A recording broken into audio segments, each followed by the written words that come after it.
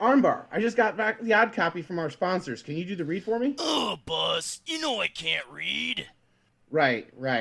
Oh, look, it's Doubletail. Barry, can you spare a minute? Sure. What's up? Also, I'm pretty sure I asked you not to call me Barry. Well, Barry, our sponsors gave us this ad copy to read, and unfortunately our friend Armbar here can't read, so can you do the promo for us? Sure thing. Hey there, sports fans. Baragon Doubletail here to remind you Bard Rock Cafe is brought to you by Dragon Master Games. Shop at their online storefront for your D&D and TTRPG products, as well as collectibles. We're now also partnered with Fanroll, who make high-quality dice sets, dice bags, trays and towers, and other accessories. Follow our affiliate link and use code BardRockCafe at checkout to save 10%, and a portion of your order goes to support the show. Finally, you can also support the show directly by subscribing to our Ko-fi. Subscribers get access to wild rewards like exclusive bonus content, tarot readings from Rook, social media shoutouts, and tabletop games with the cast. As always, all the relevant links can be found in the show notes. Now, let's rock! Support the show, or I'ma come near ya! You can't threaten your listeners. It's not a threat, it's a promise! Support the show, jabronis!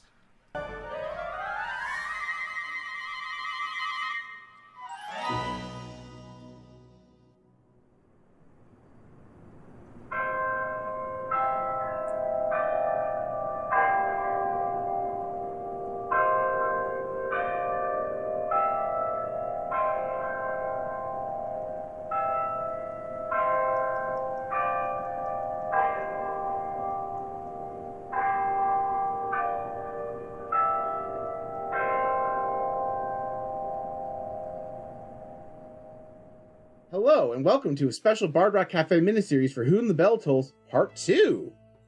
I'm Paul, returning as your Dungeon Master for this adventure. Before we jump back in, let's go around the table, remind the audience who our players are and who their characters are. Going in Discord order again. So I'm still Dylan. I'm playing Prefect Carex, or as he's affectionately known, Carrots, the demon-following wizard. Yeah. Oh, devil-following. Alright, I'm Khadija. I usually play Rook on Bard Rock Cafe, but for this arc, I am going to be playing Tina Chris Fist Pump, also known as just Tina. She's a mountain dwarf paladin who's a little bit of a firecracker. I'm Meggie. I am a newbie, and I'm playing Megara. She's a tiefling, and that is all that I can tell you. We're going to dive into your dark and tragic backstory today, so hopefully you have that ready. Oh. Speaking of dark and tragic backstories. Yeah, everybody has a dark and tragic backstory. Yeah. It's required. Hi everybody. I'm Tensei. And tonight I will be reprising my role as Muck. I appreciate that your voice for Muck is just Sid, a flash 100-yard dash from Zootopia. If he was a Pokemon.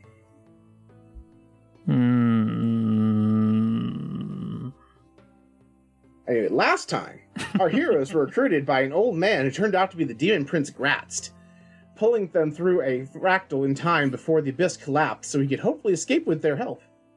They made it through several sections of Baphomet's maze in search of the Book of Exalted Deeds, while being pursued by the Pale Man's Reapers, until they reached a room where they're being buried alive in sand. As the sand rises above your ankles, what do you all do? Alright, I had something for this. I'm going to shoot a stream of flame to try and glass the space that the sand is pouring on us from. Alright, I know you said the spell, can you repeat it? Because I just drew a complete fucking blank, my brain just, blue screen. I did not say what the spell was. Okay, cool. I'm going to start with a firebolt, so I don't need to use a spell slot. Okay. If that is not enough fire, I have more fiery options. Alright, sure, roll an attack roll on the ceiling.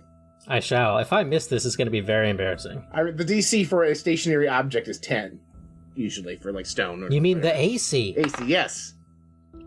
That was close. 13. You successfully turn the sand filling the grates into glass, preventing it from falling through. Yay. After about a minute, you hear a grinding sound as enough weight has gathered on top of the grate to trigger a pressure plate, causing the door to this room to open so you can proceed forward. Congratulations, you have solved my sandbox puzzle. Nice. Griffin McElroy's cease and desist letter is now on the way. All right, let's get out of here before that glass plug breaks. How I are there exits? There is There's one options? exit directly in front of you. Yes. A door just opens. Like you were before a locked door before. The door unlocked when the pressure plate from all the sand gathering above the grate went on. I'd like to run through that freaking door. Absolutely. You all can get through the door with no trouble. Does anyone linger? No. No.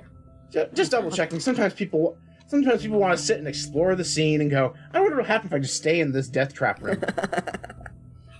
Anyway, the next room has 3 identical doors. One with the image of an alpaca printed on its face, another a butterfly, and the last a raven.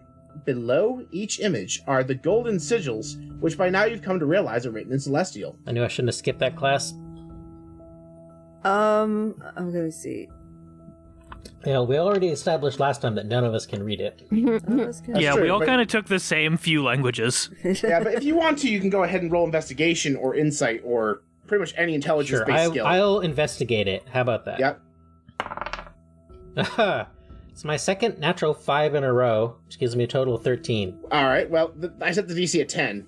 You know, based on context clues from the rest of this maze so far, every time you see those golden symbols, it's usually associated with a flashback. You get the impression that whichever door you open is going to open to a different flashback, and you don't expect there to be traps. Which reminds me, because you said natural and it did not reference a natural 20, I need to open the wild magic tables. Those are important for this shtick. Anyway, you all have to think very hard about which door you want. Yeah, can you remind us what the symbols were? Alpaca, butterfly, and raven. I mean, alpaca's obviously the first instinct. Raven's my first instinct. Above game, I think I know what this is about, so I'm gonna sit this decision out. Just let it be an awkward tie. Can I investigate the Raven door? Why not? Let's give it a shot. All right, sure. Go ahead and roll investigation. What? Okay. Oh, damn. I got a 6. And a bird. Symbols of a bird. Yeah, it's a bird. Great. You were pretty confident that it's a flying bird and not like a chicken or some shit. Oh, yeah, it's a flying bird. I'm smart. It's not a flightless raven. Hey, But I don't feel that strongly about it. If you want to open the raven door, go for it. Yeah, why not? Let's open the. I'm gonna open the door. All right. So you all go through the raven door. Mm-hmm. Assuming that, that she survives transiting the raven door, I will follow. I'll go first. Yeah, that's cool. Carex is brave as always. Yes. Yes, you all go through the door without issue. You see a family of tieflings with a single human sitting at the head of their table. Definitely not from the same lineage as Megara, though. Oh. These have a strong resemblance to goats. Ooh. Carex, I know you're going to ask. Roll Arcana. Yay. I'll give you advantage for this one for reasons. Aha, and this time I have 2 very similar d20s to roll advantage on. Not a huge one and a tiny one like I had last time. It's my third 5, but I also got a 19, so we'll Yep. stick with that, which gives me a total of 30. Yeah, with a casual 30. They are tieflings of Mephistopheles. Okay. You're not sure why tieflings of Mephistopheles manifested as goats. You're sure it has something to do with the other half of their lineage. But you see markings and other genetic trait features that say, yeah, they're descended from Mephistopheles. Above game, I asked Stephanie, the player who plays Epi, what the fuck didn't think she's descended from so I could answer this question for you. Anyway, the entire family are clearly powerful mages, demonstrating aptitude for the arcane arts. That is, except for the youngest of the lot, who always seems to struggle and fall in the shadow of his twin sister, the Prodigy. You watch as images show years passing and the boy is on the verge of flunking out of his wizard's college. That is, until one day he's in the tower of another powerful wizard. Comes across a leather-bound book, sitting on a pedestal in the wizard's personal library. The book seems to call to him and he instinctively writes in it. There's a pause, and then he writes more. The distance of the gaps almost look like he's writing and responding to something, given the length of time between each pause. Looking around for witnesses, he puts the book in his bag and leaves the tower, making himself scarce from the public eye for years to come. As he leaves the tower, a golden archway opens behind him for you to exit as well. Do you want to do anything to explore in the scene at all, or do you just want to go? Gratz is like, let's get going. So this is all illusory, right? It's just Right. relating a scene to us. Right, like it's semi-corporeal, like you can interact with the physical objects, but they don't seem to do anything important. If you wanted to, like, look for something of value, you certainly could. I wanted to take a look at the book that he had taken. Well, he walked out with the book. You want to try and get a look at it before he walks out? Yeah, just look over his shoulder, I guess. Yeah, sure. Roll investigation, I guess, to try and get a look at it while the scene is actively playing in front of you. Works for me. That's a little better. Math is hard sometimes. 22. All right, so you're peeking over his shoulder while he's writing in the book. Yeah, I just want to see if it's some, like, arcane tome that I recognize or that would be useful for me to know about.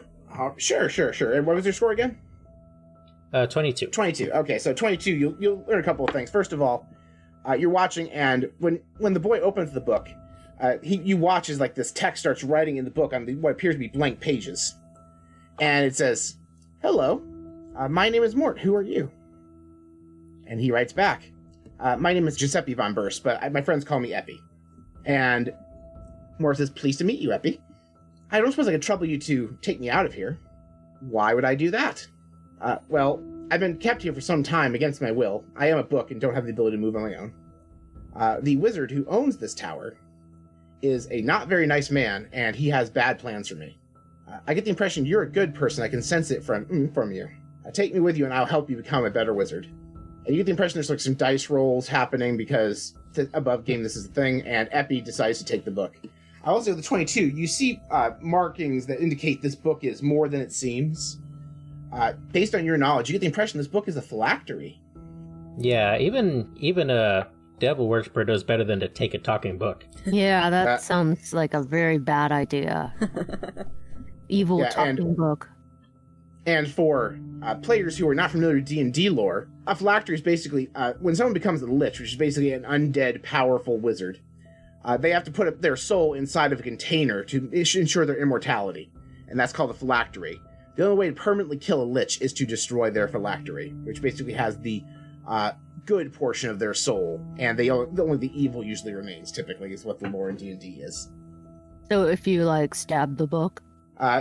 Yeah, if you were to go with an oddly specific example from, like, a pop culture series I won't reference. Yeah. I've been trying so hard not to reference it this whole time. Sorry. Yeah. But yes, stabbing the book, burning the book, something like that.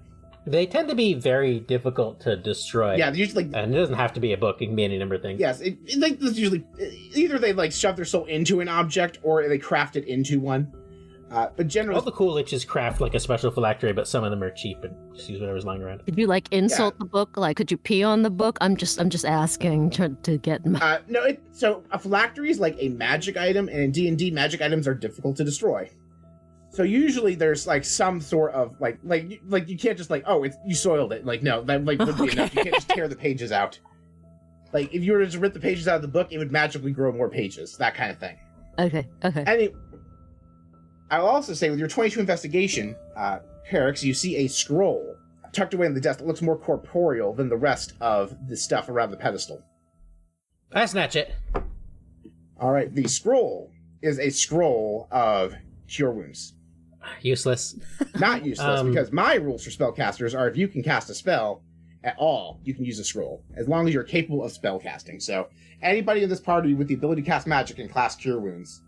Although you could also just give it to a paladin, and the paladin could use it because that's a paladin spell. No, the paladin can heal on her own. I'll hold on to it. Okay, cool. You never know when you need to top off that HP bar. That's true. I've got one missing, so, it could happen. If only one of you had an oddly specific healing mechanism that could restore exactly 1 HP. Well, we'll see if it comes to that. Anyway, that's all you find of interest in the room. Okay.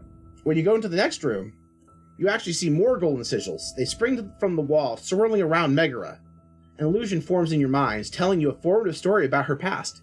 Megara, please tell your allies what scene plays before them. Oh, man. You had a week. The scene that plays before them. Megara is in a room and she is surrounded by bodies. And everyone is dead except for her, and she's covered in blood. All right. So that is the scene we watch. Now you watch as the scene plays backwards, a few seconds at a time. Tell us context for why this fight happened. Context like why she Like, killed why- everyone? Yes. Was she like being assailed? Did she pick a fight? Did she have something valuable they wanted, or vice versa? She used to be bloodthirsty and she picked a fight because she thought that she was insulted and she just killed everyone because it used to be fun for her. All right. So you watch as like she walks up to this guy. Let's play the scene now. You walk in this area and there's this big guy, there's this big dude. Like let's say it's like a nightclub or something, like a tavern, and it's like a tavern for tough folks, right? Mm-hmm. And there's this bouncer at the door, like, yeah, what do you want here at the Smiling Basilisk? This is your chance to roleplay. Oh, okay. Sorry. I was like, are you... What's going on? Sorry, guys. We're playing the scene out because you gave me a more interactive scene than Dylan gave me last time. Okay. Haha. I see. So she's at this club and the bouncer is like, what do you want here at this Basilisk? And she's like, just let me in, bro. I just want to get a drink. He's like, no. Who the hell are you? You can't go in there, little lady. And she's like, little lady, I'm going to fucking kill all of you. Just for fun. And so she does. Okay. Yeah, so the guy looks immediately gassed. He's about to let you in, but at that point, what is your primary weapon? Primary weapon is... Morningstar? Yes. You brained him real good. Yeah. So just let loose with the Morning Star. I'm killing people left and right, with regardless of who they are, whether or not they have families or anything, just because I felt like it. And so you see that, and that took place in the city of Neverwinter. You can actually see as the Neverwinter guards come in after the slaughter, and Megara is arrested. And you fast forward a little bit further, and there's a trial. And the judge, having seen the grievous amount of murder she committed for no good reason, banishes her. Not out of Neverwinter, that would be too kind. They cast a plane shift spell and banish her to the Abyss as a punishment. Because death would be too kind. She's going to go where things like her are forced to live and be tortured. And that is how Megara wound up in the Abyss. Nice. I mean, not nice. Right. Carex dictates into his notes, progeny of Moloch, inherently unstable, question mark. Tina's looking...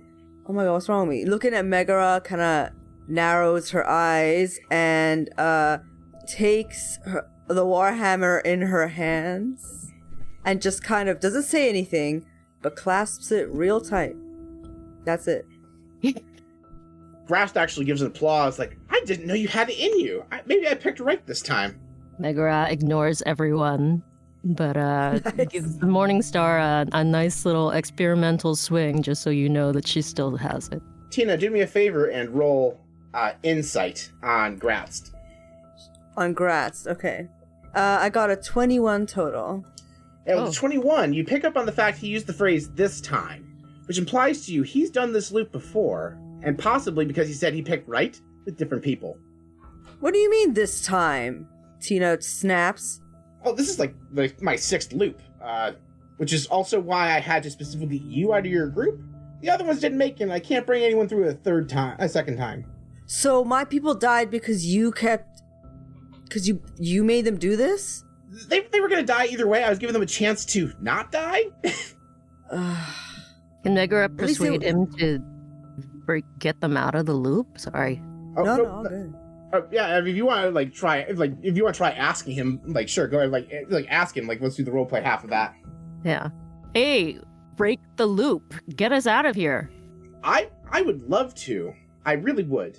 The thing is, I can pull people through that fractal, but I can only pull them through once. It's possible. What if I to kill help you? them. Would that I mean, break the will loop? just Ugh. it will just return you all, like, I mean, it won't break the loop per se. Like, killing me just would kill me. The thing is, I am the only person who can pull people back. I'm the only chance you all have of making out of here.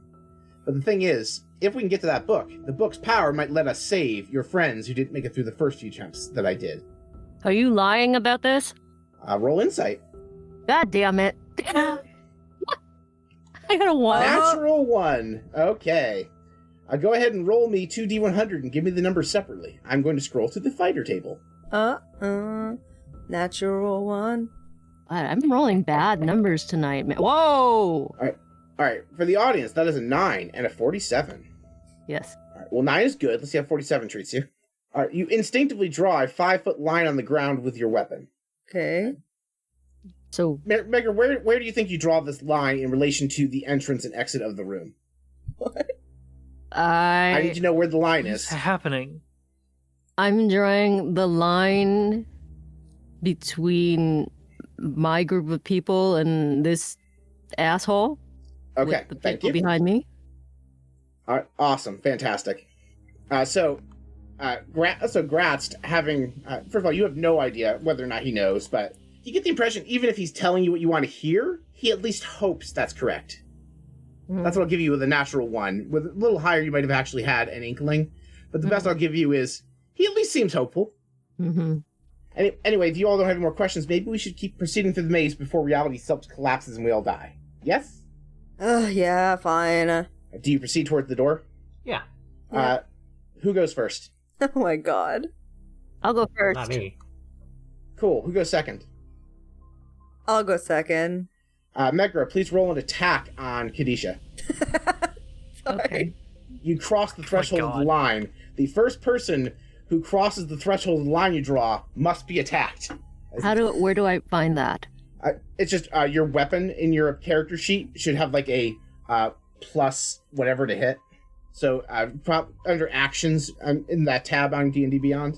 Okay, I'm on And then D&D. there should be like your Morning Star should have like a button next to it. Like, it'll say Morning Star, and then if you go to the right, it'll say hit/DC. Click the number. Here we go. I'm gonna roll the Morning Star. Nice. Would it be hit DC? Yes. Yes. It's a 19. Woo! You hit Tina, does a me. 19 hit you? Yes. All right. So, Megara, next to that button should be a button to roll damage for your Morning Star. Please click that. It's a 12. All right. Tina, you take 12 damage as you get bonked on the head real good. Hey, what was that for? You cross the line. What? Do that cross the again and line, see you- what happens. You get hit. Should I do it again? So above game, the table says you're supposed to do it as long as you can see Tina. I'm going to rule that one attack is fine because I don't like player versus player encounters in tabletop games. I was like, one time is funny, other times would just be being aggro about it. So Yeah. one bonk is fine for comedic purposes. I know, sorry. I know. D&D is So I'm like, you want me to bonk her? D&D is also a game that's just not built for PvP. Player characters and enemies are just built very different, like from a balance perspective. And players fighting players gets kind of weird. Okay. PvP. Yeah, player versus player. Yep. Yeah. Okay, so a bonker will... Carex is furiously scribbling notes about the natures of magic lines as this goes on. He's just taking notes. Yeah, I will say you all saw like that magic aura from last time around Megara as she instinctively swung her Morning Star. So if you're paying attention, you'd be like, oh, the weird magic thing did that. But if you weren't paying attention, you think she's just being an asshole. I can see Carex being, it's the easiest magical sigil I've ever seen. It's just a straight line. And it It's compels just one people. line All right, Carex finishes his treatise and then follows them to the door. We're about halfway through the maze now, Gratz tells you as you emerge in the next room, which has stone doors sporting a complex series of locks with 9 keyholes. Printed upon the face of the door itself is a golden throne, and the knob appears to be an image of a river flowing around the open mouth of a frog. Strewn on the floor are hundreds of keys in all shapes, sizes, crafted from all manner of metals. Carex wants so badly to blow this whole thing up. I'm going to investigate the machine to see if blowing it up would prevent me from having to worry about these stupid keys. All right, roll investigation, I guess. Yeah. Not a great roll. 17. 17. You recognize these locks as magical locks. They are not like any magical locks. You recognize extreme dwarven craftsmanship, and as you notice that, I'm actually going to let Tina, who is a mountain dwarf, roll investigation at advantage to recognize this craftsmanship. Nice. 1, and then 2. Oh, Ooh. someone got a natural 20. All right, natural 20. So, Kanisha, you know the drill. Roll 2d100 for me. That's what's You are up. a paladin. Yeah. I rolled a d10. No, I didn't. I was about to. Oops. Oh my god. The old people call it a percentile die. Ah. Did I just roll 4 somehow? You rolled a 4 investigate. There we go. A 95 is our here first roll. Oh, that's a combination. 12 and 83. Never mind. Yeah, sorry about Okay. that. 1283. Yep, no problem. All right.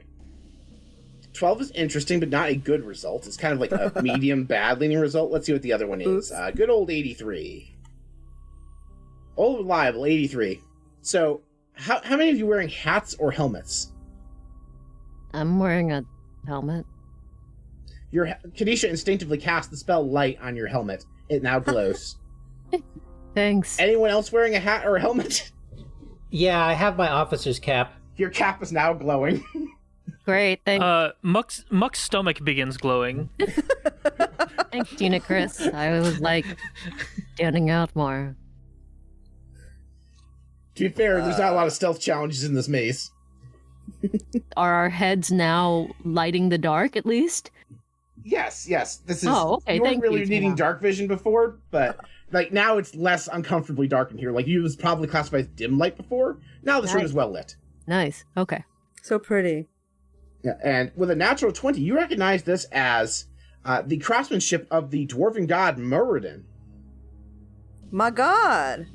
Yes, and you remember, based on the fables of Muradin, because you got a natural fucking 20, Muradin is famous for crafting 9 iron locks that are magically binding the trickster god Carex so he cannot leave his throne. And you realize that throne is the throne of Carex. So, Is it the actual throne of Cyric, or is it like it's an representative It's of it? representative of it. It's a symbol. It's like it's an image of it, like stained glass window kind of thing. Okay. I was gonna say, let's not be freeing Cyric. yeah, right? Oh, Tina does not want to freeze her. Above Right, game, let's don't worry. not- Cyric's already long dead, don't worry. And, oh, wait, I'm not supposed to tell you that yet. Oh yeah, you did mention something about that last time, didn't you? All right. So, when I look at the pile of keys, do I notice iron keys? Oh, with your natural 20, I will say you find 3 iron keys right away. Okay, I And you found suspect 3 you iron need keys. to find 9 of them. Okay. I have 3, we need 6 more. They look like this, and she holds up a key. Do we need to search for the keys? You do, unless you have any sort of spells or abilities that would make you find them easier than just doing a flat roll would. Does anybody have a spell that will help them find keys? I'm like, can I don't know what I would use. What's channel divinity for? Channel divinity I mean, is. there are channel divinities that could be useful for this. What kind of paladin are you? Devotion? Yeah. Yeah, if you want to add your charisma bonus to your attack roll, channel divinity as a devotion paladin. Does Raz know what otherwise, the key no. looks like? Yes, you see them. They are iron keys that match the iron locks. So I'll give everyone advantage to do. Look, there's only going to be six or so iron keys on this floor. Right. And There's, Tina has one, so she's showing you what it looks like. They're 5. Exactly. Is he helping us? Well, Carex really wanted to blow this dwarven abomination to hell, but I guess he'll look for some iron keys. I'm gonna. There look are 9 locks, Can we make and then we have 3 keys. this person help us? You want Gratz to help you? Yeah. Yeah, sure. Gratz will. I'm just going to roll a d20 and add an absurd number because I don't have Gratz's stat block open. Gratz rolled a natural 20, so yes, Gratz finds 3 more keys. Nice. Also, I'm going to go ahead and roll 2d100 for Gratz. And so this is investigation, right? Hey, Paul. Yes. Muck also got a natural 20 for a total of 22. Okay, so you find 2 keys actually. We have 8 keys total. Oh. All right, I have a 21. You are confident with your 21 there are no more iron keys after the 8th key is found. But Wait. let me resolve this really quick here. We have about 2 wild magic rolls to do. Muck, what are your rolls? 30 and 12. 30 would be bad. 12? Or 12 is also bad. Which one would you like? Give me whichever one is worse. All right. So it's funny. So, Monk, so you instinctively wink at somebody. Who do you wink at? Okay, hold on. I feel like a Lemire wink is going to look really... Hold on. Disturbing. Muck winks at everybody in succession. All right, everyone roll a Eyes- d6 to see who goes first. His eyes sort of come up on little like eye stalks, and a third one comes out of sort of the like back of the head as if he really has a back. And like in succession, each one just winks at a different person, so only one eye is ever closed at a time. Okay, cool. What we're going to do, since Justin didn't make a decision, everyone roll a d20. Whoever rolls the highest is going to be the one who does it. Just a flat d20 roll. Okay. Fuck, Grass rolled a 19. I rolled a natural 1. This surely doesn't count for wild magic. Oh, it does. 20? Oh god, it does. Okay. Why didn't you have... I should have rolled a d6 when you said everyone roll a d6. It would have been too late for you to change to a 20. I got Yeah, it a was. 9. All right, well, Meg rolled a natural 20. So, Meg, I need you to make a Constitution saving throw. Oh my god, cascading effects. Yeah, the cascading wild magic rolls are a little... What am I doing? Sorry. So on your character sheet, there should be like saving throws at the very tippity top under your character name. Click the button that says Constitution. Okay. Con. Oh, it's abbreviated 12. Con, C-O-N. With 12, what is your save DC for your stunning strike, Muck? Oh god, what is monk DC's? It's a specific thing. So it's gonna follow the same formula. I feel like it Yeah. can't be lower than 13 unless you intentionally dumped the stat that's relevant to it. Like 13 is the It average DC is- for low-level characters. It is 14. All right, you are stunned. What does the stunning strike do when you fail on it, Monk? You interfere with the flow of ki in an opponent's body. When you hit another creature with a melee weapon attack, you can spend 1 point of ki to attempt a stunning strike. Target must succeed on a Constitution saving throw or be stunned until the end of your turn. Stunned is a horrible, horrible condition in D&D that effectively prevents you from playing. Yeah, so you're I'm so stunned. but sorry. You're not in combat, so it's fine. You're just fall on the ground, unable to move for like 6 seconds. So did he wink at me and it freaked me out so much that I got stunned? Yes, Yes. you do a pratfall like it's an anime, and someone said really something embarrassing about you. Oh, this is I winked in a podcast. It was very bad. Yeah, you like literally you freeze in horror and then you pratfall like an anime character who just heard something embarrassing about themselves.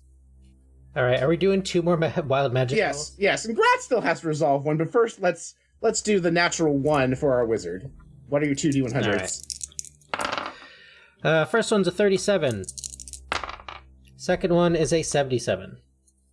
All right, these are both good. Which one would you like?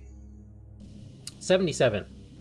For the next minute, you may reroll any ones on the spell of any damage dice you roll and take the better roll. Oh, sweet. I want to cast Shatter on this device so badly. On the door?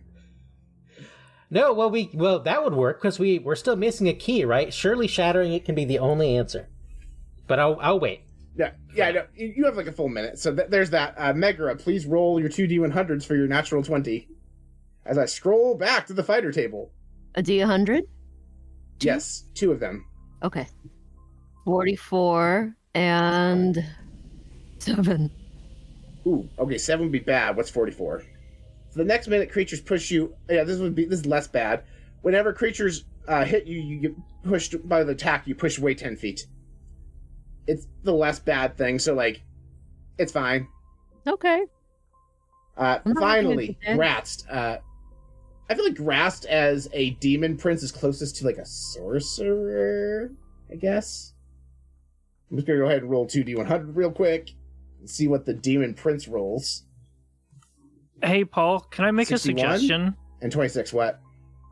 It's probably very strange, but we've never seen the Artificer table. Alright, sure, I'll do the artificer table. Why not? This is gonna end up so good. Alright, for the audience, 61 and 26 on the artificer table. Interesting. That's one of them. The other one... Okay, we're going to go with this one. What is your holy symbol, Tina? What is my holy symbol? I don't know. It can be like any, yeah, it can be any religious symbol, or you just have it printed on your shield. Anvil. All right, are you carrying around like a little anvil charm? Like, yeah. You're like, okay. He casts Tiny Servant on it. It is now a living being with limited ability to serve him. So it just Him? goes, hi. Yeah. Gratz cast the spell Tiny Servant, and I'm now upset. now the anvil's like, what can I do for you, boss? And Gratz like, that's weird. I'm fine. You can keep helping her. You're her servant now, and you have a tiny little anvil friend hanging around your neck. Aw. What? I name you Annie. Oh, great! I can't wait till we get out of here tomorrow. Tomorrow? Yeah, because it's always a day away. Oh my god. Oh my god. It's the worst thing I've ever heard. Wow, I am delighted. What happens next? All right, so you realize you have 8 keys, and there's definitely no more iron keys. There's something going on here. But one of you rolled a high investigation check, so I'm going to go ahead and say, with Kadisha's natural 20, you're looking at the wall beside the door, trying to figure out where the fuck these keys go, and you see almost unnoticeable, if not for your natural 20, font, an almost identical color to the wall that barely stands out. The inscription reads, "To find the last key, check where a river meets the sea." I have -1 intelligence modifier. Are you saying you have no idea how to solve that riddle? No, I'm just saying Tina's not the smartest one in the group, so someone else probably. Yeah, if you read it out loud, I'm sure everyone can think about it. Yeah. Where the river meets the sea. Yeah, can you describe our surroundings to us one more time? Sure. So you see a room, just like a big square room, stone walls, and you see the door with Cyric's throne, and it's got the 9 locks, and below it you have a river circling, the image of a river, I should say, circling around a frog, and the frog's mouth is wide open. And then you see a bunch of keys on the floor. Around the frog. Roll investigation to investigate the frog. Alright, I'm gonna investigate the frog. Gosh darn it, Yeah. where are you? Here you go. Gosh, Megara, I got a 6. You jostle that doorknob real good and go, I don't know. All right, I'm gonna take a look around the river, see if anything looks interesting there. All right, roll investigation. Glad I made an intelligence character. Oh, that's a good one. 26. Well, at 26, when Megara jiggled the knob, you heard something clinking around inside of it. When you reach out and examine the rock, you find the key gently nestled under the frog's tongue inside the knob. Is it a live frog? You're right about the frog. I'm sorry, Or is it a statue frog? Oh, it's like if the doorknob is the head of a frog. Oh, okay, not an actual, like, frog. No. This is the vestige of a frog. Oh, okay. The vestige. Is that the right word? All right. Yeah. That might not be the right. It's an image of a frog. It's a representation. It's just a doorknob that looks like a frog. Okay. All right. We can insert these keys now, right? Oh yeah. Let's do it. All right. All right. As you turn the 9th key, the door opens, allowing you all access to the next chamber. You see a slender man who radiates great confidence and power. Only he's chained to a chair. Not that slender man. Oh, okay, cool. Good. Okay. This guy's chained to a chair. You get the impression based on what Tina shared earlier. This is Cyric, the guy. You watch as he assembled keys to free himself, only to fall short 1 key, because some meddling adventurers... Oh, this part technically hasn't happened yet, Czar comments. Time's strange right now. That's Cyric, the trickster god. You guys probably got that part. He's trapped in his chair by these 2 gods, Helm and Moradin. They're punished from him destroying the Tablets of Fate and him killing the goddess of magic Mystra. She got better, though, so I'm not sure why they were going on about it. It's like, she's fine. It's like a misdemeanor. Does he need keys to be freed from the chair, or can he just... He does. It's basically, the keys that you guys gathered were similar Yeah, these are like similar keys and locks. They weren't the same keys and locks, but you see, like he's also gathering iron keys, and the Bard Rock Cafe crew clearly stopped him, along with some people from another dimension that the podcast listeners recognize as the cast of Ancients of Damned. You should listen to our musical episode. You watch as an army of shadow monsters rampage through Sirius Castle, being fought back by armies of frogmen and an army that seems to be made of clones of the same two-tailed lion man. Time itself seems to come to a crawl.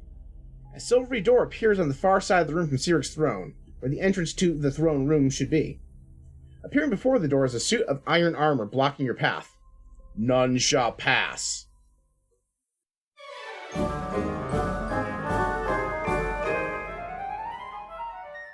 Epi, we just opened up a gift shop to help raise funds to rebuild the Bard Rock. Look at this fancy new design. I'd love that on a new t-shirt. You are transported to a world of t-shirts, all identical. You can feel your sense of self slipping away from you as the shirts reach out and grab you and assimilate. I cast Dispel Magic. Epi, where'd you go? Wild magic. Don't ask, it was terrible. So, where's the gift shop going to be? Oh, well, we have two storefronts, bardrockcafe.redbubble.com and tpublic.com/users/bardrockcafe, so anyone can support the Bard Rock. You know, the coffee mug is really cute. And that's not all we sell. We have t-shirts, hoodies, children's apparel, baby Bard onesies, Rock notebooks, Cafe's gift shop is now open. Sales go to support the show, so if you want to help out and also get some cool Bard Rock Cafe merch, go check it out. And that's everything we had so far.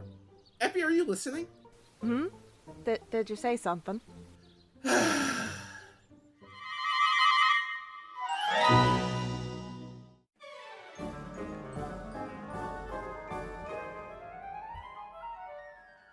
Epi, Diana, I brought you both a cup of tea. It's not Earl Grey, but I think you'll enjoy it.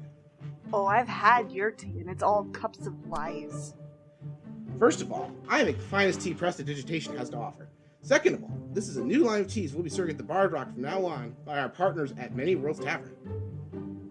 Oh, I've heard of them. I'm particularly fond of Sleepy Fields and Golden Root myself. Well, look, if it's good enough for Diana, it's good enough for me. I'll have a cup of that Harden Harbor. Of course! Here you go. I pour Epi a cup of tea. Epi, roll perception to determine if the tea is made of lies. Damn it. That's a natural one. First of all, you are absolutely convinced Brock used prestidigitation on this tea. Second of all, you feel a wild magic surge inside you, and dozens of thirsty customers appear outside of Brock's food truck right here in the graveyard. No worries, folks. We have plenty of tea from Many Worlds Tavern for all of you. Try a cup of Sage's Gate or Sacred Spring. Somehow I already have dozens of cups of this already prepared and steeped for this occasion. Of course you did. Want to brew some of this delicious tea at home? Just go to http://manyworldstavern.com/bardrockcafe and use the code BardrockCafe at checkout to save 10% on your order. As always, a portion of your order supports the show. And if you're a coffee drinker like my good friend Armbar, they have options for you there too. Brock, I'm happy for you and all, but get your food truck and all your customers off my lawn. Sorry, Dan, I can't hear you. This tea is selling like hotcakes. And so are the hotcakes. Bye, everybody.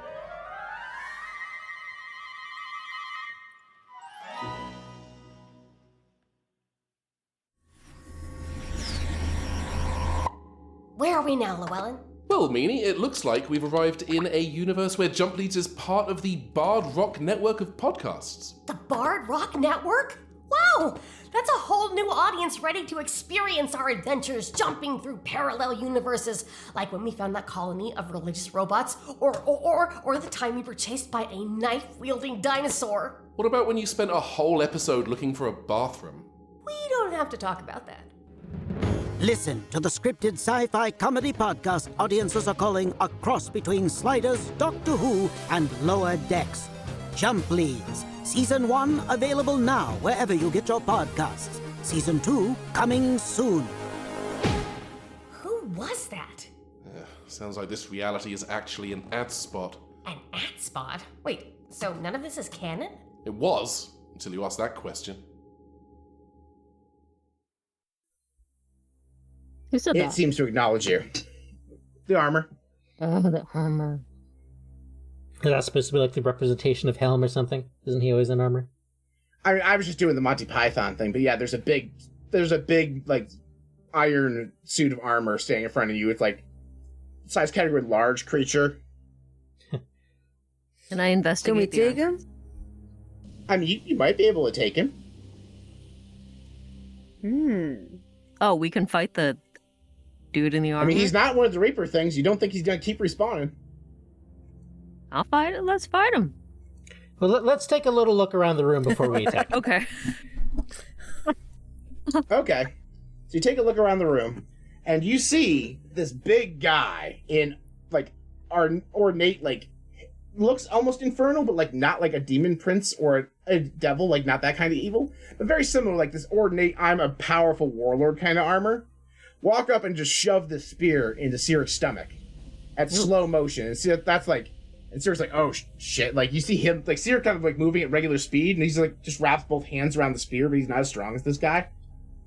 And you watch as everything else moves in slow motion, and you kind of, like, see this, like, little mini-map of the castle pop up, and Cyric's watching, like, hurry up, guy. I don't got, like...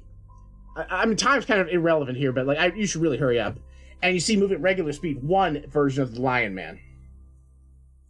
Oh. It looks like the only thing happening in this room for now is the Lion Man is advancing through Cyric's entire castle up to the throne room from the bottom down. Is Cyrix dead, or is he just... Cyric is in the process of dying. He seems to have manipulated time so that the blow that would kill him is happening very, very, very slowly. But the only thing that seems corporeal is this big-ass suit of armor guarding the door. Well, I guess I don't really see any sort of command code or anything that would get us past him, so yeah, maybe we should just blow him away. Yeah. Oh, you're looking for that kind of stuff. Roll investigation. Alright. Oh. 11. Would have given to you on like an 18 or so. 11's not going to do it. Don't I Alright. give him something? Fair enough. No, I don't. Never mind. I mean, Tisha, if you'd like to also roll investigation. Yeah, why don't I see if I can't help? 17 total. He just said the DC is 18. I did. I know. Bummed out. That's fine. Would Meg or... I've been itching for some combat anyway. Would Meg or Muck like to roll investigation to bypass this combat encounter by trying to find where Cyric wrote down his passwords? This is the only reason I'm allowing this, because I like the idea of a god. I really like the idea that a god just wrote down a sticky note under his mouse pad and lifts it up and goes, oh, this is the command word to turn off my golem. No, 11 not do it, Mega. Muck is going to take... Muck is going to take a different approach. Okay. I want to do it after everybody else has done their thing, though. Alright. Does anyone else have anything now that 3 different people have failed the investigation rule to find where Cyric wrote down his passwords because he's a lazy asshole? Can I hit him with my Morning Star? That'll be after the non-combat things. This is your. You get the impression this guy's not going to do anything until you. Can I try to dive underneath between his legs? Just let me double check. Muck, what is the thing you want to do before I let people actually approach this suit of armor? Can you describe this to me again? Which part? The armor. So you have like a size category large, so like somewhere between 20 and 30 feet tall dude. You're standing like in a defensive stance, holding a big fucking claymore, and he just says, "None shall pass." If you guys try saying anything to him, he just keeps repeating, "None shall pass."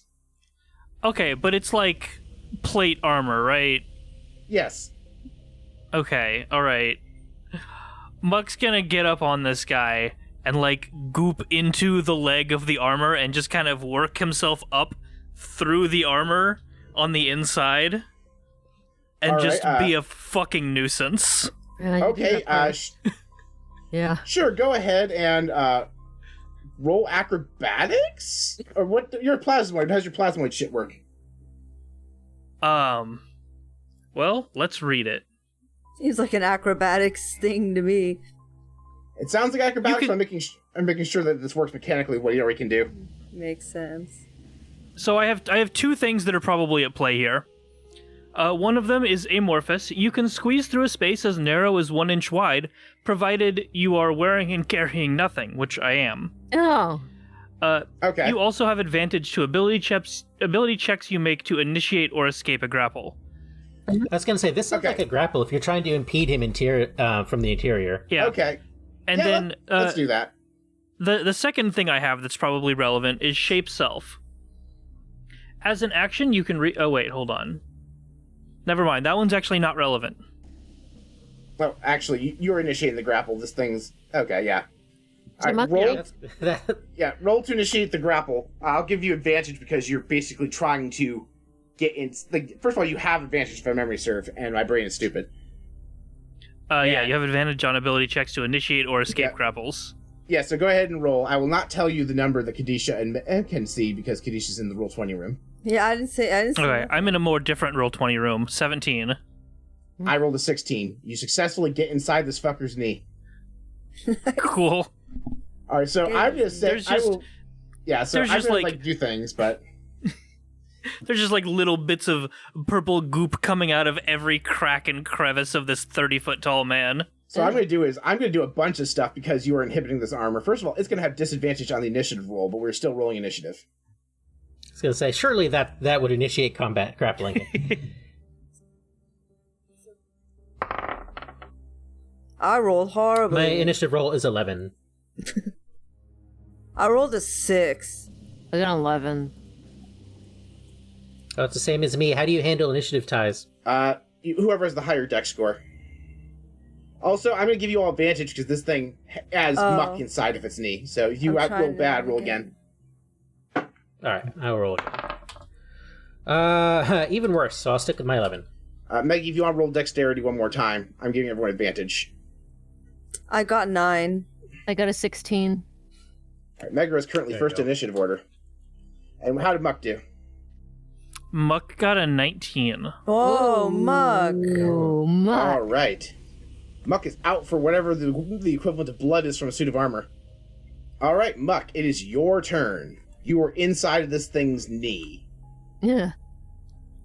Oh, that's where the initiative is. I found it. Can I want to work my way up into the arms. Okay, roll an acrobatics check, I guess.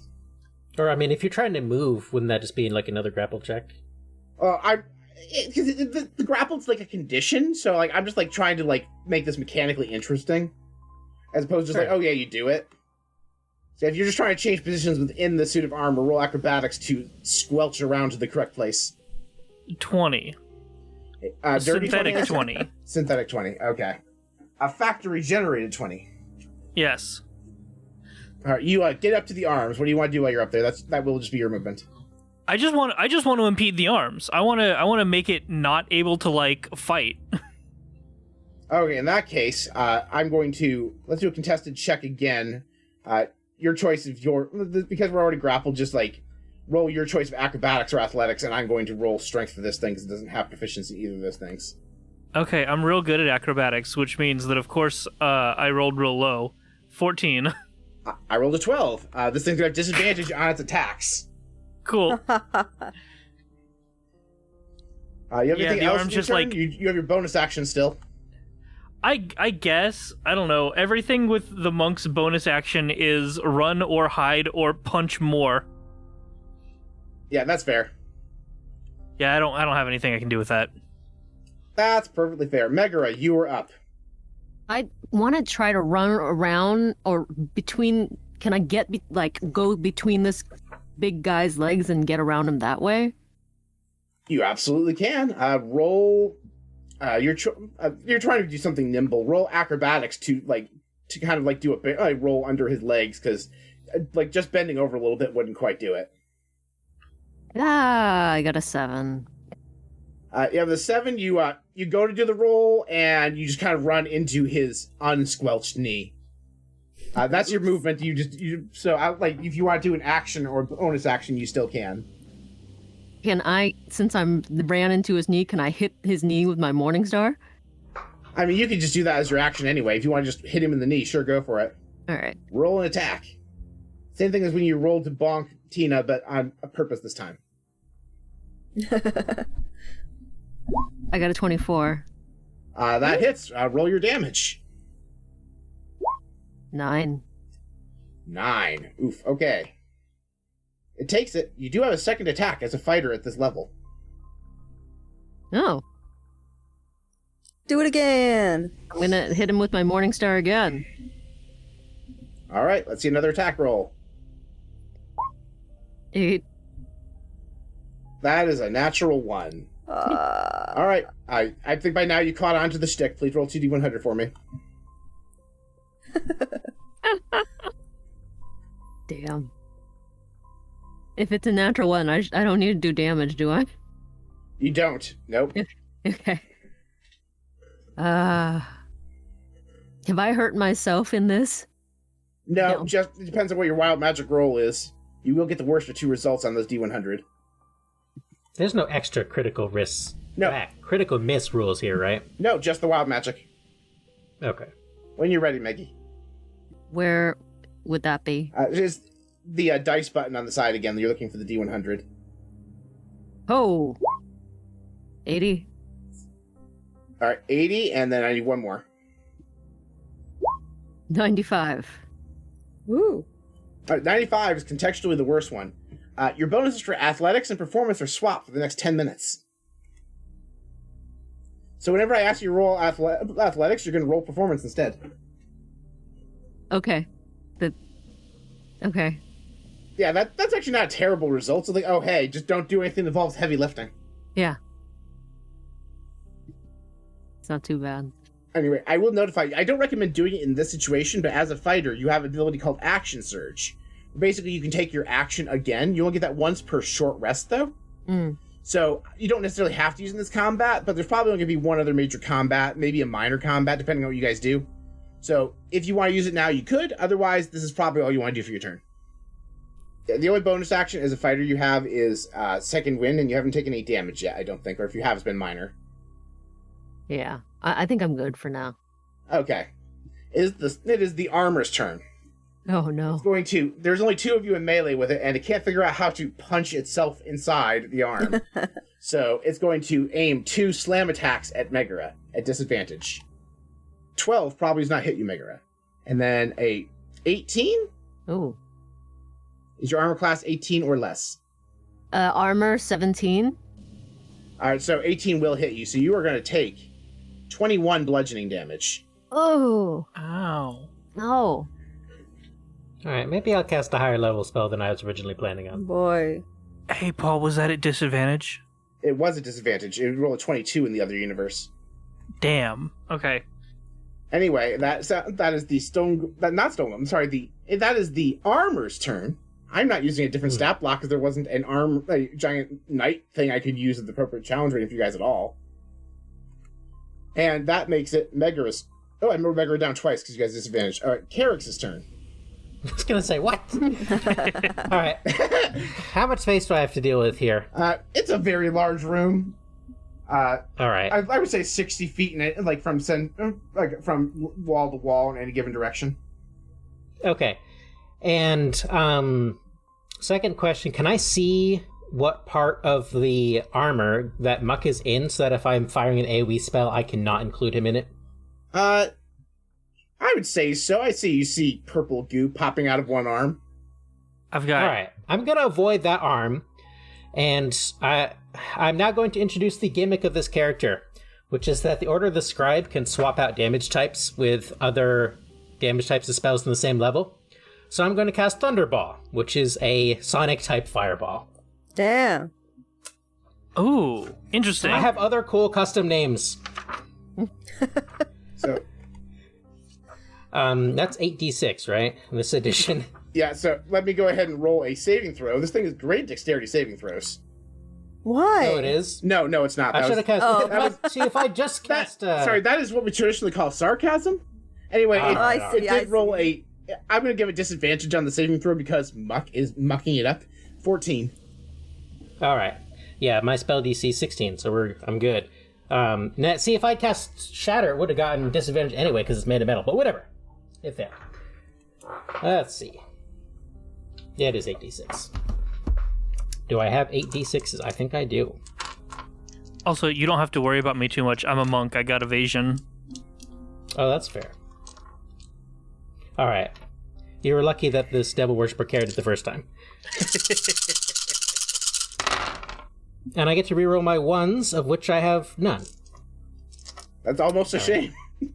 It is. I'm a little disappointed. Alright.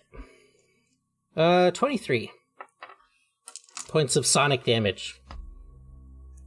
All right. It instinctively covers his ears and says, "Ow, I mean, none shall pass."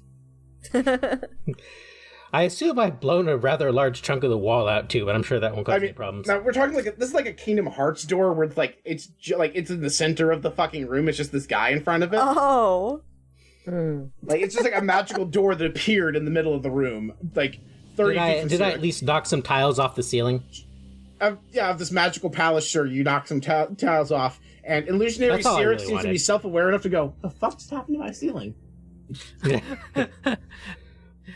Carex scribbles some more notes, dictates some more notes about sonic damage and suits of armor while his turn ends.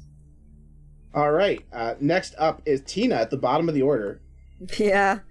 Tina been waiting patiently. She's making her way, Warhammer in hand, over to the suit armor. She's gonna waste no time. She's gonna hammer that suit armor right in where the gut would be. All right. I like it because this thing is size category large, and as a dwarf, you are technically small for a size category medium creature. I like the idea of you doing this big basketball jump and swinging your hammer at its stomach. That's what I'm saying. That's it.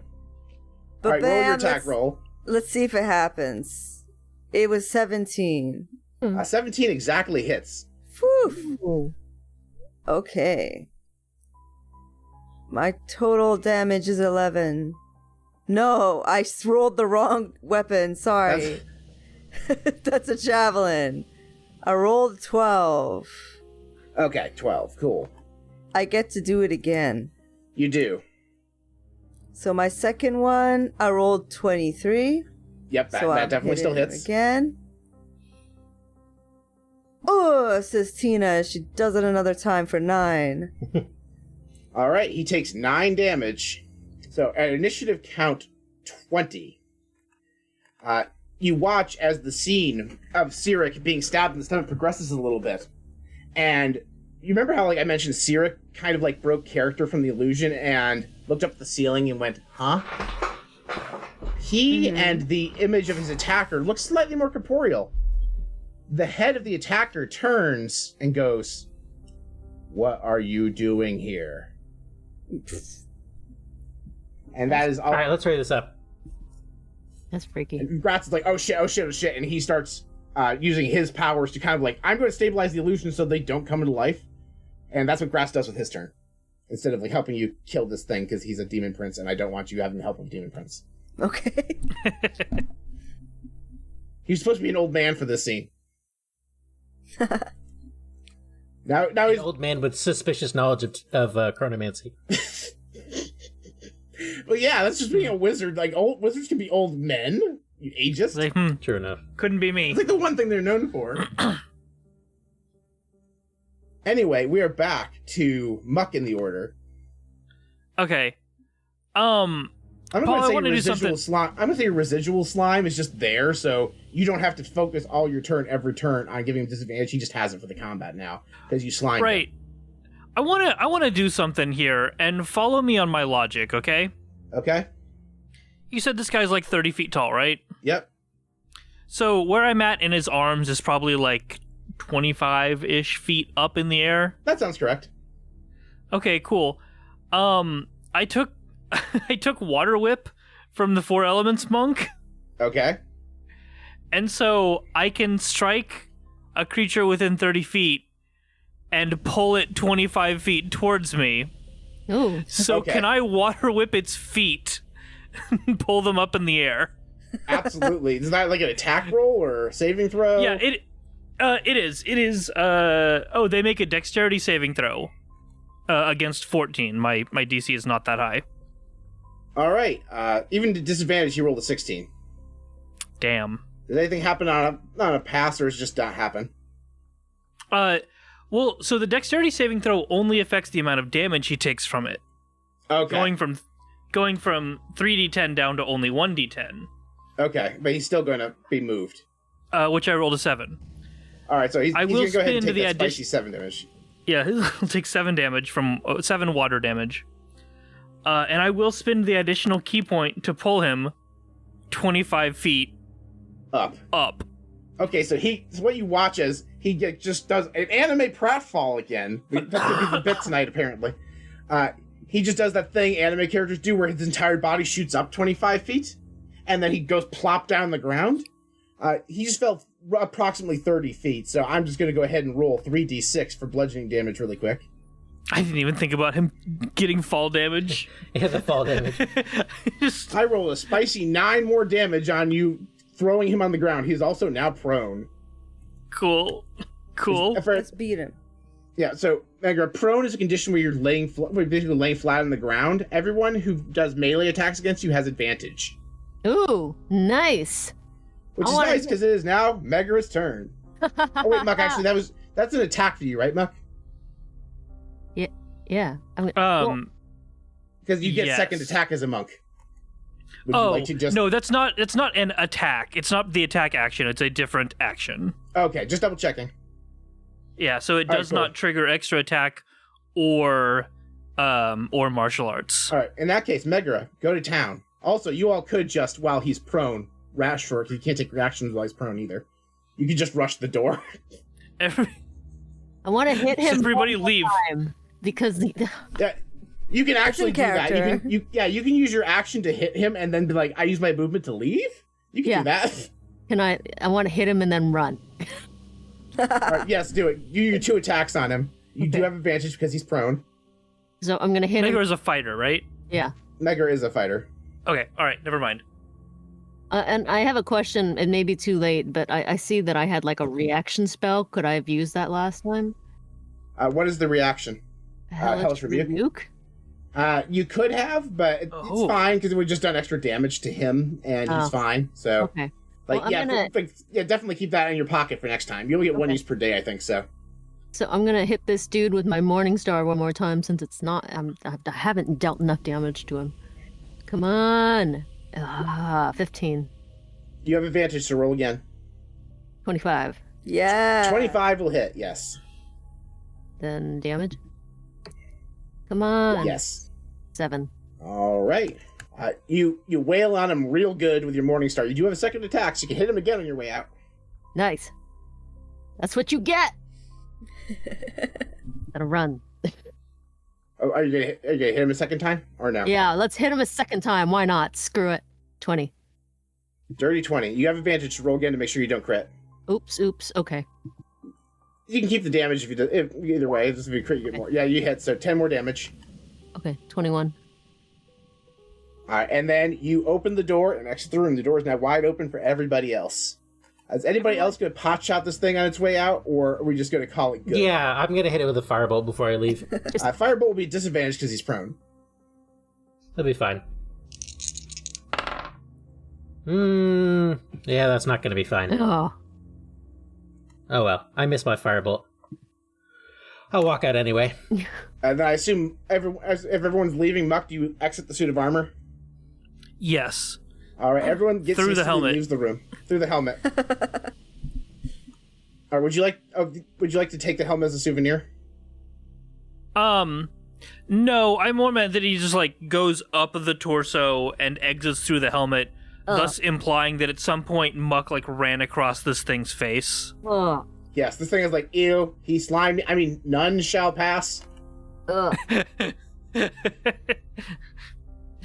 Just his whole character breaks and just, oh, God, fuck, gross, what? Well, I'm glad that Muck violated this night. Right, as you leave the room, Gratz falls behind you. You all just narrowly over your shoulder see the two-tailed lion man enter Seer's throne room, and Seer presents him some sort of gift with his dying moments. But that is where the next room starts. I'm sure that wasn't important. No, not at all. I mean, if you want to know what happened, you just need to listen to the podcast. Aha. So now you enter another room. You see another long hallway, about 15 feet wide, and 100 feet long, in a steady, albeit somewhat steep, downward incline. In the distance, you spy 2 doors that you didn't take before, the alpaca and the butterfly. No. All right, this time we're doing alpaca. All right. All right, you guys just progress towards the alpaca door? Sounds good. Yep. All right. Nobody rolled investigation and missed the pressure plate that was 10 feet wide and 10 feet long in front of you. You hear a click, and behind you, a boulder that was above the door you came in through collapses down the floor and starts rolling, and starts rushing behind you. We'd best run now, Gratz says, and he starts taking a dash. I'm running. I'm running. Everyone make your... Awesome. Unless the wizard does some bullshit to just stop a rock. I could blow it up, or I could fly away, but does it look like we're gonna make it? Impression might be based on the result of your choice of a dexterity save, acrobatics check, or athletics check. I'm doing an athletics check. Me too. I rolled bad. Megara, you have to roll performance if you roll an athletics check. You might want to reconsider. I was gonna say, don't forget about that. Damn. You just start doing selectively at the rock in hopes it'll work. I can run faster than everybody else. How's that? I got a 16. Nice. 16 was exactly the DC. How did everyone else do? Tina did horribly, and she tripped and fell on the boulder. All right, Tina, you are going to take some bludgeoning damage. Muck, you can have advantage on your check because you are super fucking fast.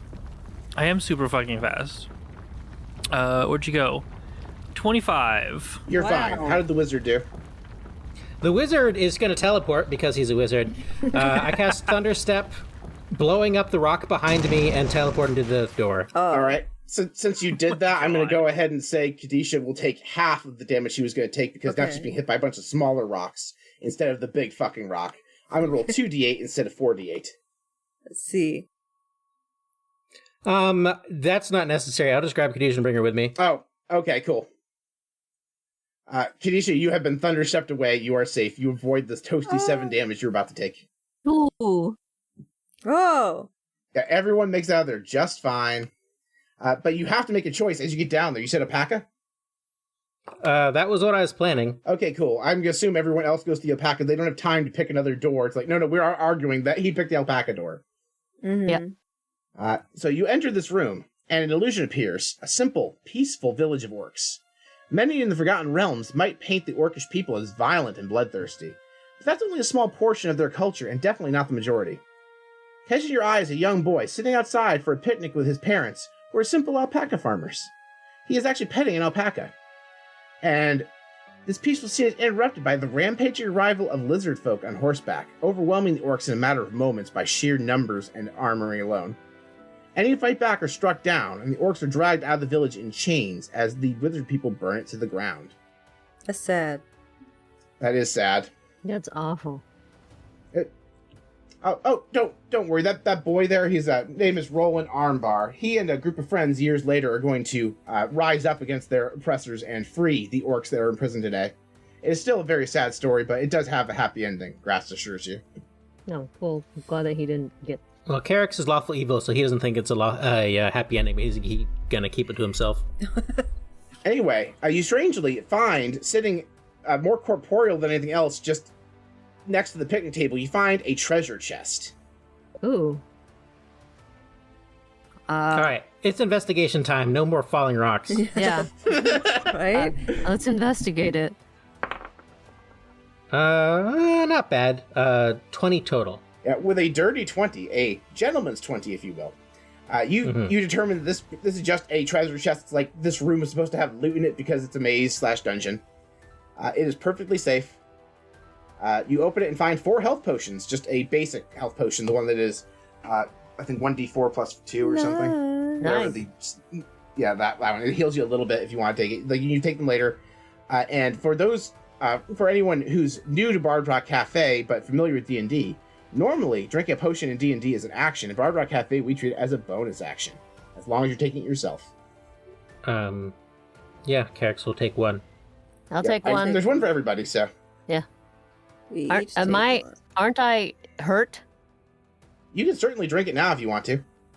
What happens? Say that again. What happens if I drink it? I want to drink it.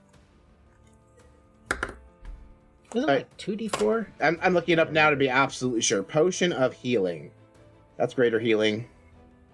Potion of regular healing. Here we go. 2d4 plus 2. So roll 2d4. Patina begrudgingly stops the tiefling and says, "Save your potion. I'll heal you." So she uses Lesser Restoration, which I've never used before in my life. Lesser Restoration doesn't heal hit Wait, points. that doesn't heal hit points. I just read it as soon as I did it. Yeah, Lay on Hands is the feature. Yeah, that's the one that I actually want. Yeah, I knew I had something. Here it is. So, how much health did you lose, Maggie? I forgot. Was it 9? It was 20 something. 21. Yeah. It was 21. I thought it was 21 from one slam. Yeah. So I got you for the 21. And that should leave Kadisha 9 Lay on Hands. Yeah. Thank you. I'm sorry that I bonked you in the head earlier. I feel like Kadisha should take a potion for the 9 damage she took. I'm good. I'll save it. Make things. By the way, it tells me I have 14 left. Oh, I thought it was 5 points per level and you guys were level 6. That should have been started with 30. We're Am I level wrong? 6? I thought we were level 7. 7. Oh, I was wrong. Okay, that's why. My math bad.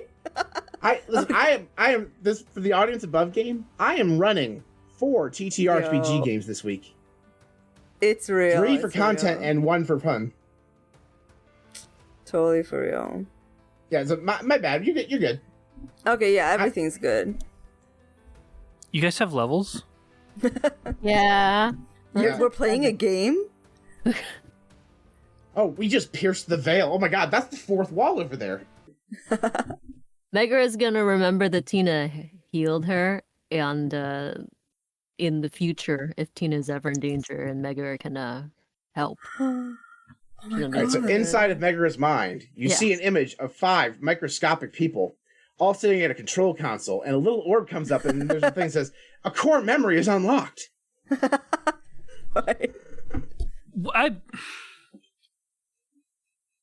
For the audience and Tenzai, that's what we in the business call a joke.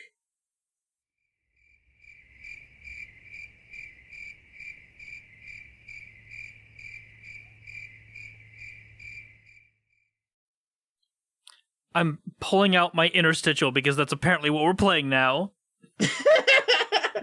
All right. Shunting us into Disney, how dare you? It's just a referential humor, it's fine.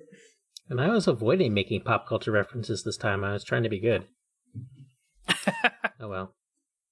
Anyway, as you enter the next room, you feel the uncomfortable sensation of rapid rise in heat as you enter a simulation of the elemental plane of fire.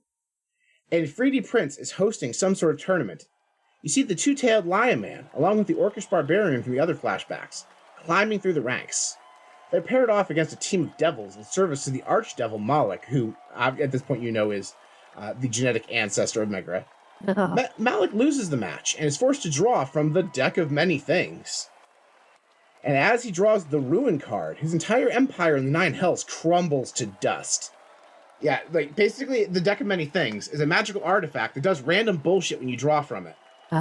Malik drew the Ruin card, which causes every possession you own, all wealth, all power, anything material or otherwise, to cease to exist in your possession as much as it can without altering reality itself. Damn, Malik. So basically he had like an estate. He had like his own plane in the Nine Hells. And he had armies. He had a palace. It's all gone. Just from this card. Yes, this magical card just deleted everything Malik had from his inventory. Was that Malik's downfall, this card, or did you kill Malik? Yeah. Oh, see, I feel like Megara asked asked that to Grass. Like, is that all that happened to Malik? Is that Malik's downfall, right? That's what you're asking? Yeah. I mean, this is his emotional downfall. He actually went on to try and rewrite the past because he was so upset about this. And a group of adventurers assembled by the goddess Istis actually were brought together to stop him. They killed Malik by summoning a giant foot and kicking him in the dick really, really hard. I kid you not. That does sound familiar. Giant foot? Yeah. Is different on him? No, the giant foot kicked him in the crotch really, really hard. In fact, it kicked him so hard that the foot, I kid you not, turned into a mouth and bit his dick off. Wow. I don't remember that detail from the last retelling. Right, wow. Yes, because I'm sharing with you and the audience the details of how Moloch died in more graphic detail. Because it's really fucking funny. I don't remember that either, actually. Christina described when she did the death kick, a quote of Arlo from Agents of Damned saying he's going to bite off Moloch's dick. And so the foot turned into the vestige of Arlo's mouth and bit off Moloch's dick with the kick. That's a thing Christina described happening, and the DM allowed it. Fucking hell. Okay. Anyway. Cool. Good. Who's my 2 rounds. Yes. So, yeah, your ancestor's not having any more that's for sure. Progeny. 2 rounds later, and these heroes claim victory, the Ifrit granting them a wish. The orc speaks up, wishing for the Tablet of Fate and Waterdeep to be restored. And there's an audible crack, followed by a shockwave of visible magic energy, and it is done. You flash forward yet again to a grand victory party. And that just immediately goes silent as reality starts to form cracks, similar to the fractal you saw, but different. These are like cracks of dark energy that seem to be spreading, widening, and devouring the world. These hungry blobs appear, just floating in the sky, devouring any attempts to use magic. You watch as people try and cast spells, and they diffuse. And the Ifrit Prince, being a pure and powerful magic, these things clamp on him one after another and just absorb him. And their entire entourage narrowly managed, the heroes and their champions, they narrowly managed to escape somehow through a portal because a powerful Fey Lord created the portal and they got out before being scattered across different planes as the spell collapses behind them. The tragic loss of the Abyss and the elemental plane of fire are soon to befall all the planes, if the chosen of fate cannot find a way to stop it. Brat says, we should really keep... And he's interrupted as the illusionary blobs become more tangible and shift focus on him. A golden door appears before you in the distance, but one blob latches onto Gratz. And then another. And then another. They quickly turn into the Pale Man's Reapers, weighing him down and slashing at him with their scythes. He futilely tries to swat them away, but they respawn and pile on him faster than he can destroy them.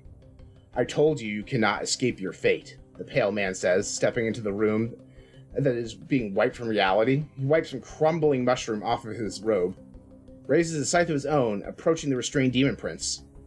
The door to leave is wide open for you to escape, but it is closing quickly.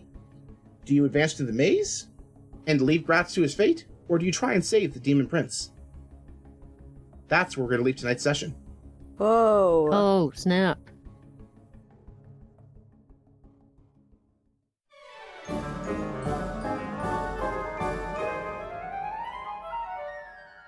Isn't this basically just the same thing as before? Do you have a degree in marketing? Because I have a degree in marketing. He's got you there, Doubletail. Your only degree's in the School of Hard Knocks. Sure, whatever. A paycheck's a paycheck, I guess. That's the spirit. Thanks for listening to Bard Rock Cafe. We have the best fans. Remember to follow us on social media so you never miss an update, and be sure to check out our sponsor, Dragon Master Games, for your TTRPG needs. If you aren't already, consider subscribing to the show on Ko-fi to help cover production costs. Subscribers get special rewards like their own channels on the podcast Discord, personalized messages in the mid-roll ad spot, and more.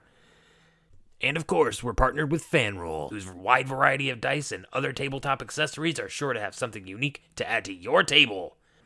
Links to all that stuff can be found in the show notes. Okay, now in the promo with your patented people's wink.